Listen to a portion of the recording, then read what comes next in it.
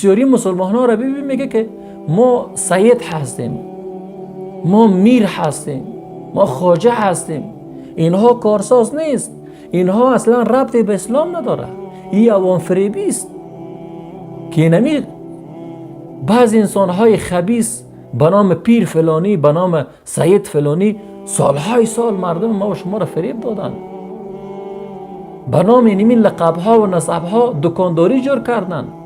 هنوز هم مسلمان کلمه میخونه و فریب اینها را میخوره. به این لقب های خود ساخته و خود بافته فخر نکنین که ما سید هستیم، آقا هستیم، پیر هستیم، خوجه هستیم. اینا کارساز نیست در اسلام. همهش حرام است. همه شما را به جهنم نزدیک میکنه.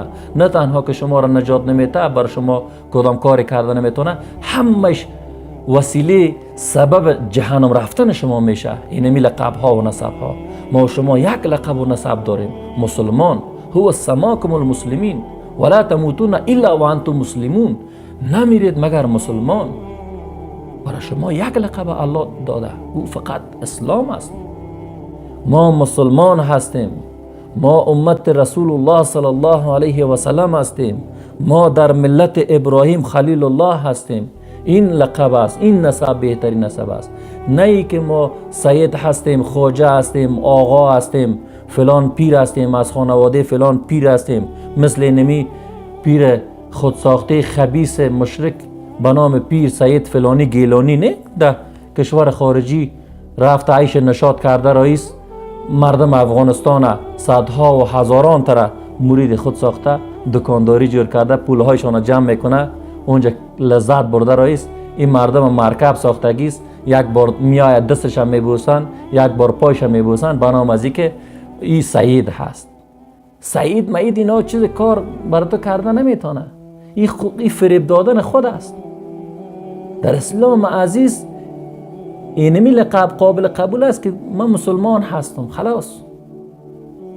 رسول الله صلی الله علیه و سلم که بهترین پیغمبر در این زمین است، بهترین اولیاست، برای قوم خود میگه ای قوم قریش، ما برای شما کدام نفع و ضرری رسانده نمیتونم. متوجه باشین. برای کاکای خود، برای عباس از کاکایش که مسلمان شده بود، برای از اون میگه ای کاکا ما برای تو نفع و ضرر رسانده نمیتونم. برای عمه خود، برای صفیه میگه که ما برای تو نفع و ضرر رسانده نمیتونم. برای دختر خود، برای فاطمه خانم علی رضی الله عنه، برای خانم سیدنا علی، برای از اون میگه که ما برای تو نفع رسانده نمیتونم، ضرر رسانده نمیتونم، من مشکلات تو را حل کرده نمیتونم در روز آخرت. متوجه باش. در حالی که دخترش است، فرزندش است، اصلا میگه من برای تو کدام نفع ضرر رسانده نمیتونم. این حدیث صحیح است.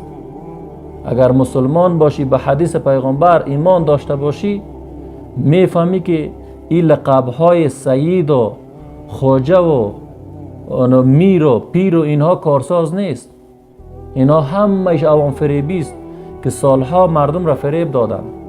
به نام پیر فلانی، به نام نسب ما سید است، نماز نمیخونه، صدها فسق و فجور میکنه، ما بخشیده شده هستیم، چیستیم؟ سید هستیم.